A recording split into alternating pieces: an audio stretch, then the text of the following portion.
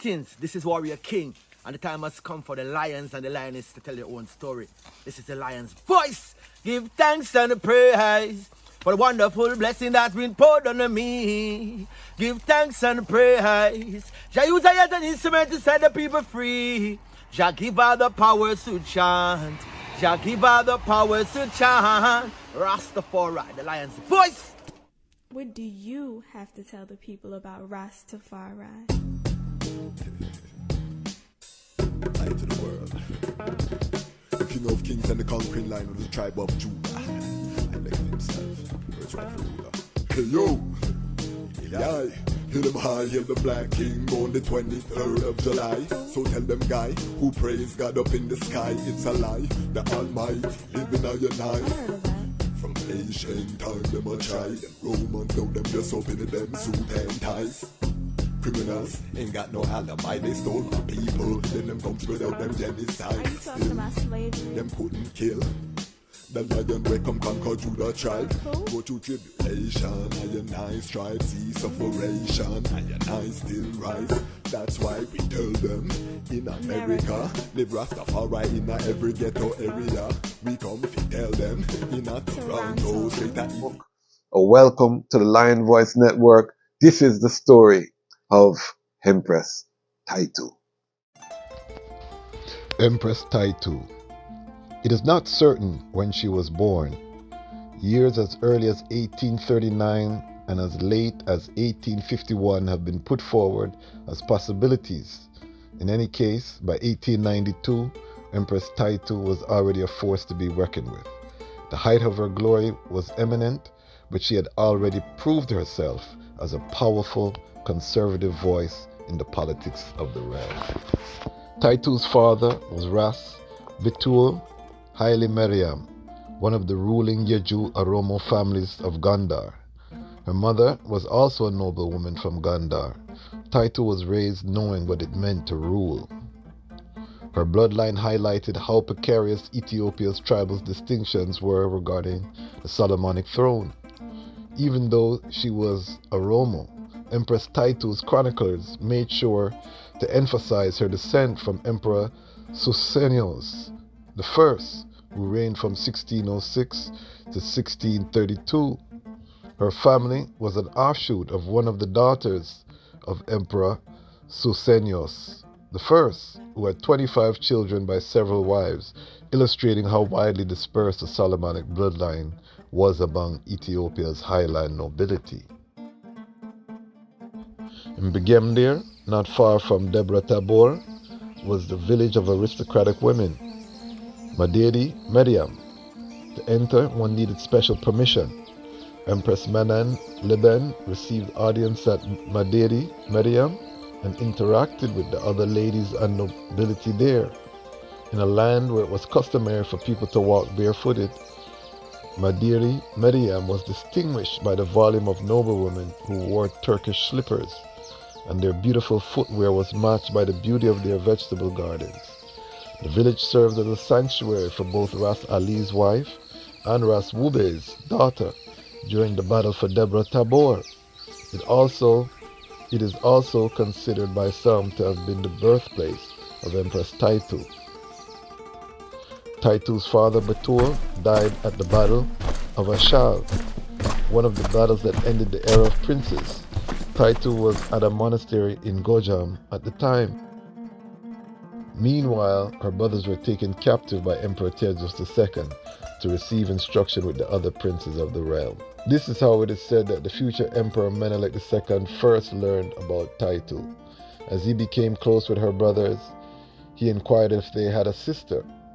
Some chronicles go as far as to say he requested her hand in marriage but was denied because her family was hoping for a marriage to someone with closer ties to Tejazmatch II. Being a prisoner from Shawa, he could not help them improve their position in the north. Indeed, the Yeju knew how to play the Game of Thrones. Accordingly, Taitu's first marriage was to one of Tejazmatch II's officers. The marriages of Taitu. Her family's choice of husband proved hasty. Shortly after their wedding, he offended Tejazmatch II and found himself in chains. Young Taitu was forced to walk behind the army on foot, also chained at the wrist, and cook for the soldiers like a peasant. This was an extreme contrast to her upbringing at Madedi, Mariam.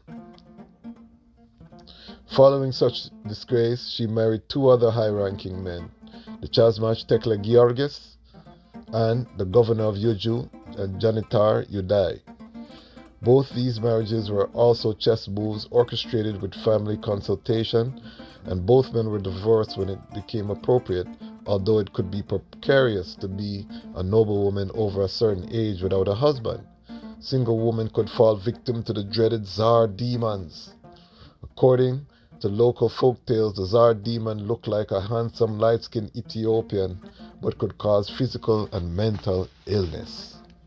The marriage to Janitar Udi, who was the guardian of the mountain fortress of Ambesel in Yuju, provided refuge after Tejos II died.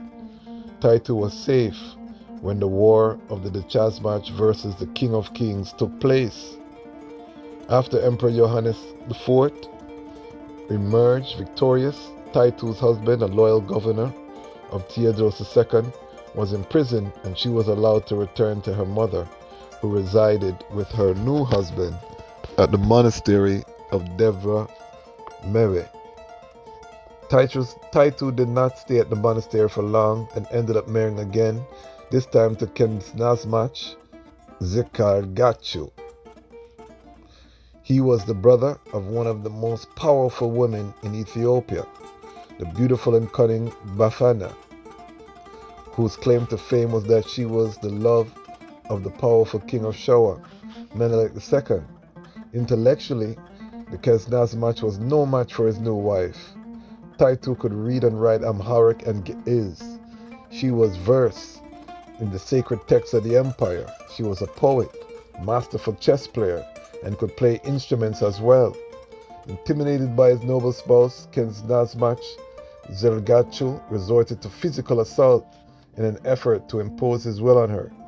Telling her jealous husband that she was going to travel, Taitu gathered valuable property and servants and escaped to her brother in Yuju. In 1882, Taitu first met Menelik II, following the battle between the king of Showa and the king of Gojam. The two combatants were called to the court of Emperor Johannes IV. The victorious Menelik II was being reprimanded for fighting a war not authorized by the throne. Taitu had traveled to the emperor's court to inquire about some of her men who had been serving Menelik II, and whose fate was now at Johannes IV's mercy. She was likely impressed by the power demonstrated by Menelik II, and as the wife of his consort's brother, she would have been able to view the Showan king in a new light. Menelik II was impressed by her family and the durability of the Yuju Oromo. His enduring friendship with her brother, Wale, was also a major factor of his attraction. With his vision of a united Ethiopian mind, Emperor Johannes IV was interested in Taitu's northern pedigree and links to Tigray. A marriage to Taitu may prevent Menelik II from ever considering making war with the north. Negotiation over her retainers in the care of Menelik II ended in an agreement of marriage. Dejazmatch Zergachu's marriage to Taitu was forgotten in favor of the more powerful suitor. Bafina, his sister, had fallen out of favor with the powerful members of the nobility, though Menelik II was still under her spell. Though Menelik II was enamored with Bafina, he did all that he could to win the heart of the more impressive Taitu. Knowing she was disgusted by his relationship with Bafina, Taitu initially rejected his efforts. Menelik II remained confident. After all, he was the king of Showa and a priestly warrior king in his own right. Taitu did not make him wait too long. Mighty. So you can see where we're going with that. Again, support the book. Go to the website. Haile Selassie, Ethiopia. It's just a small piece. I may not be the best reader, but we're going to do more things with the book coming up. We are in the quickening family. I don't know if the item know it, but February gone. If you did have planned for February Black History, you have to make it for next year. We are racing through this year. Springtime already, my allergy, you might hear a little congestion, is allergy. I'm in Washington, D.C., where we have the cherry blossom come up, and it connect my courtyard is full of cherry blossom, so you might hear it. So the point is that the year is racing forward. So whatever your plan, implementation is now. We also want to big up the Rastafari Mansion and organization, the Harambe Hall.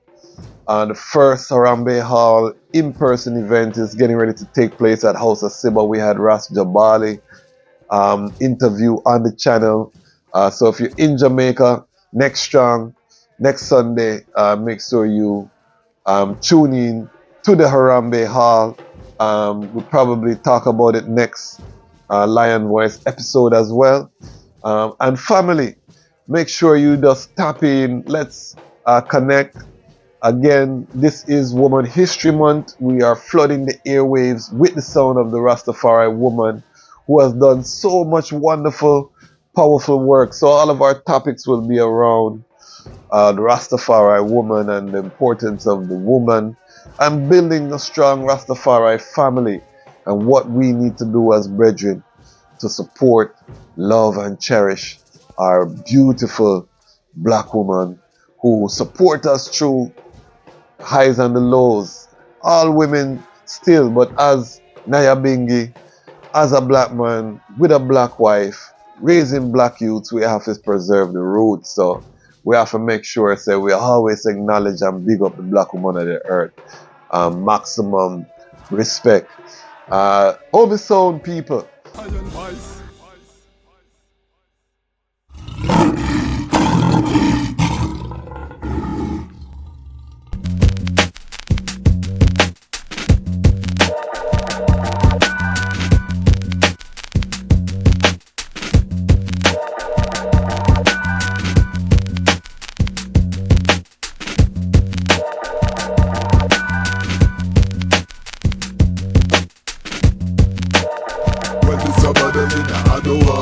Ethiopia, it's time to stand on the parade, Mama Africa, medal in Adwa. I see tens of thousands of soldiers, they have been here and we are them fighting in Adwa. Tell them that no slave master could ever come take over Africa, medal in Adwa. Tell them, see the ark of the covenant, them won't come take over. They try to ambush, push, didn't know the power lion, we run the bush. Chop down the wicked with sword and flesh hook. All the great Rasma Conan, ride on them horse and slew off them gunmen in judgment. Italy you found filthy in the Vatican where they practice necromancy. Bakula Adwa 1896, get whipped with stones and sticks. Iron rollers coming down from high region, crushing your troop and legion. There's no division when all the tribes come together to defend with wives and with mothers and the land of our fathers. King Menelik leaves the Rastas, young Tafari, 4 years in the passage. Try to live in peace, the wicked always on a rampage. When you check the history, you see who's the real savage. At night while they sleep, move me with the damage. Giving thanks for life, chopping heads in the silence. So much bloodshed for Africans to be free. Can't forget about the Zulu, Ashanti. So don't press her, you should have known better. The Ark of the Covenant stays in Ethiopia. Adwa, Ethiopian, it's time to stand on the parade, Mama Africa, medal in Adwa. Tell them that no slave master could ever come take over Africa, medal in Adwa. Tell them I see tens of Thousands of fire been give away, and them fighting in Adwa. Don't know, for the York or the government, the ground come take over. Yo, what's going on at the break of dawn? I'm hearing gongs. Everyone is running for arms, chanting the war is on. Just heard a sound from an elected second, saying everyone grabbing a weapon. Hey yo, it's Armageddon. I see the enemies intruding. Good over evil, confident we're not losing. Even the women on the front line, barefoot gun shooting. Black liberation, worldwide revolution. Zimbabwe, South Africa, the same revolution. Defending ourselves against colonial pollution. Hey yo, I be that warrior, seated in the hills, waiting for the sound from the king to charge a battlefield. Rap for your shield. What's wrong with these fascists? Why can't they humble and be still? Yo, it's necessary. We wage war with the enemy.